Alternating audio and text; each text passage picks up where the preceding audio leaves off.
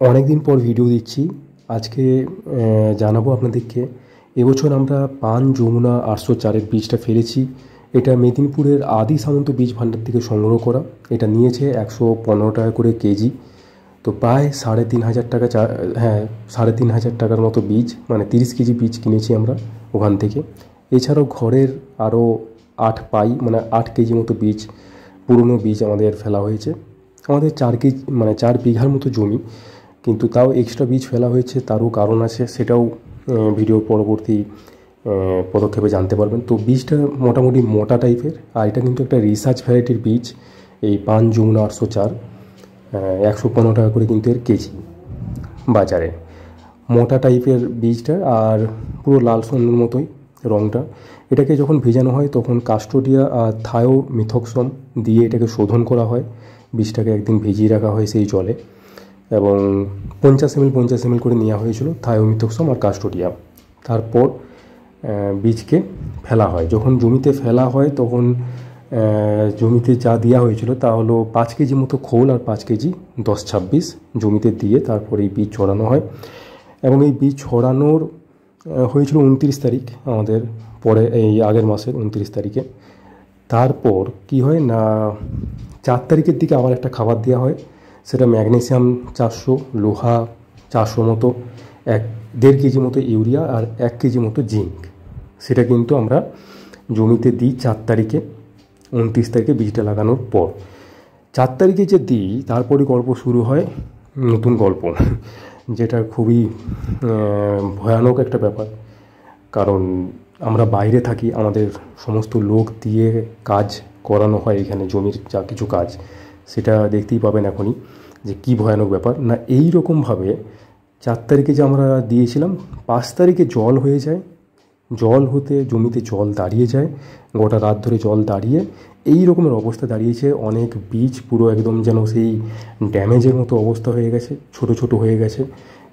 অনেকগুলো বেড়েছে, অনেকগুলো বাড়েনি, প্রচুর, মানে একদম পাতাগুলো কুকড়ানো টাইপের হয়ে গেছিলো। তো এই অবস্থায় অনেকেই অনেক কথা বলছিল যে নতুন করে গাছ, মানে বীজ লাগাও। এবার 3,500 টাকা দিয়ে কিনেছি, মানে এখানে এই এলাকার সবচেয়ে দামি বীজ বলা যেতে পারে। এত দামি বীজ কিন্তু এখনও পর্যন্ত কেউ লাগায়নি এখানে আমাদের এলাকায়। সেটা যদি এরকম হয়ে যায়, এবার আবার নতুন করে বীজ লাগাতে হবে, এই করতে হবে, এইসব চিন্তা ভাবনা চলছে। কিন্তু আমরা নিজেদের মধ্যে বিশ্বাস রেখেছি যে না, এই গাছ দাঁড়িয়ে যাবে, একটু রোদ পেলেই দাঁড়িয়ে যাবে। তো আমরা টানা 2 দিন থেকে 3 দিন, আজকে দিনটা নিয়ে 3 দিন রোদ পেয়েছে, 3 দিন রোদ পেয়েছে। এবং 4 তারিখে যে খাবার দিয়েছিলাম, ইউরিয়া, জিঙ্ক, ম্যাগনেসিয়াম, লোহা, সেটা তো পুরো জলের সাথে কিছুটা হয়তো পেয়েছে গাছ, কিন্তু বাকিটা জলের সাথে পুরো বেরিয়ে যায়। আর পুরো জলকে একদম বের করে দেওয়া হয়েছিল। দেখতেই পাচ্ছেন জমির অবস্থাটা, মানে গাছগুলো পুরো এলোমেলোভাবে হয়েছে। আর অনেক গাছ ছোটো রয়ে গেছে, অনেক গাছ বড় হয়ে গেছে, এরকম একটা ব্যাপার। তো আমি 2-3টে গাছের শিকড় তুলে দেখছিলাম যে শিকড় ড্যামেজ হয়নি, তো শিকড়টাই তো মেন গাছের। দেখছি শিকড় কিন্তু ঠিক আছে, শিকড়ে কোনো সমস্যা নেই, পুরো ঠিক আছে শিকড়। এবং তারপর আমরা 3 দিন রোদ খাওয়ানোর পর আজকে আমি খাবার দিয়েছি, এই যে 6 রকমের খাবারের যে থাম্বনেল দিয়েছি সেটা আমি আজকে প্রয়োগ করেছি। তো সেটাও আপনাদেরকে বলবো কী খাবার দিয়েছি। এইটা হচ্ছে যেদিন ওই যে জল গেল তার পরের দিনের অবস্থাটা এইরকম দাঁড়িয়েছে। তার একদিন পরে আর কি, মানে সেকেন্ড দিন, একটু একটু করে চারাগুলো বেরিয়ে আসছে, মাটিটা একটু একটু করে শুকনো হচ্ছে। রোদের তাপ প্রচণ্ড ছিল ওই জলটার হওয়ার পরে, কারণ আমাদের দিকে জল কিন্তু সবসময় হয় না, ওই একটাই জল হয়, সেটাতেই কারুর ভালো হয় কারুর খারাপ হয়, এরকম অবস্থা হয়ে যায়। তো দেখুন মোটামুটি গাছগুলো আস্তে আস্তে করে দাঁড়াচ্ছে, এবং যত দিন যাচ্ছে তত কিন্তু ঘন হচ্ছে, সবুজ হচ্ছে। এটা সম্ভবত আজকের ছবি, আর এটা খুব ভালো পজিশনে এখন আছে। এখনও পর্যন্ত জল দেওয়া হয়নি, কালকেও দেওয়া হবে না। মানে কালকে বলতে আপনার বলছি 12 তারিখ, আমরা দেবো 13 তারিখে জল। দেখুন গাছ পুরো কিন্তু সবুজ হয়ে গেছে আস্তে আস্তে। যে খাবারগুলো আমরা দিয়েছিলাম ভিতরে তো সেই খোল আর 10-26 আছেই, 5 কেজি 5 কেজি 10 কেজি দিয়েছি ধরুন। আর 3 কাঠা জায়গা, আমাদের জায়গাটা কিন্তু 3 কাঠা। টোটাল যে জায়গাটা আমরা লাগিয়েছি, তলাটা ফেলেছি চারাটা, সেটা কিন্তু 3 কাঠা জায়গাতে ফেলা আছে।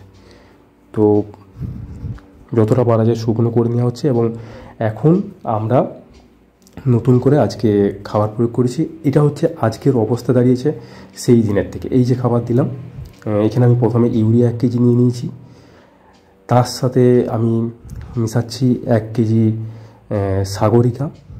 এই সাগরিকা দানাদার সাগরিকা আমাদের লোকাল এখান থেকে কেনা।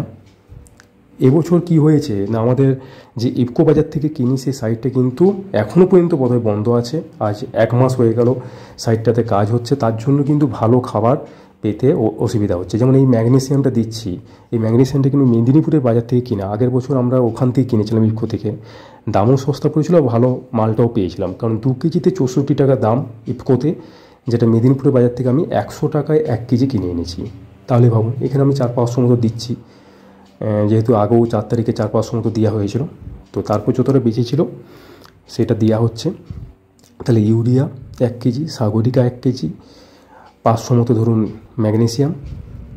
এরপর যেটা দেওয়া হচ্ছে দেখুন, পরপর দেওয়া হবে এটা হচ্ছে আয়রন। এটা কিন্তু দাদা অন্য জায়গা থেকে অর্ডার করেছিল, ইফকো থেকে নয়। আমি জানি না কোন জায়গা থেকে, আমি জেনে হয়তো এখানে করে দেবো। এটাও 2 মুঠো মতো, মানে প্রায় 400 মতো নেওয়া হচ্ছে। এটার আয়রনের অনেকগুলো প্যাকেট দাদা একসাথে অর্ডার করেছিল, প্রায় বোধহয় 4-5 কেজি মতো। তো সেই আয়রন এখানে দেওয়া হচ্ছে দেখুন।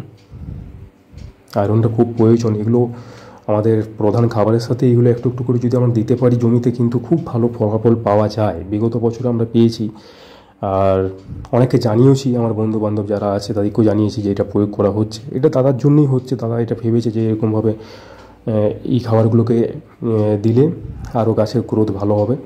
এবং হিউমিক অ্যাসিড, সেটাও ইফকো বাজার থেকে আগের বছর কেনা হয়েছিল, কিন্তু এবছর পাওয়া যায়নি বলে আমরা লোকাল বাজার থেকে মেদিনীপুর থেকে কিনেছিলাম। সম্ভবত কত নিয়েছিল, 100 টাকা কি এরকম কিছু নিয়েছিল এই লোকাল বাজার থেকে যেটা কিনেছি হিউমিক অ্যাসিডটা, দানা টাইপের। তো এই কোডটা পেলে ভালো হতো, ইফকো বাজারের যেটা, সেটা খুব ভালো। তো হিউমিক এখানে 200 মতো নেওয়া হয়েছে যা ছিল।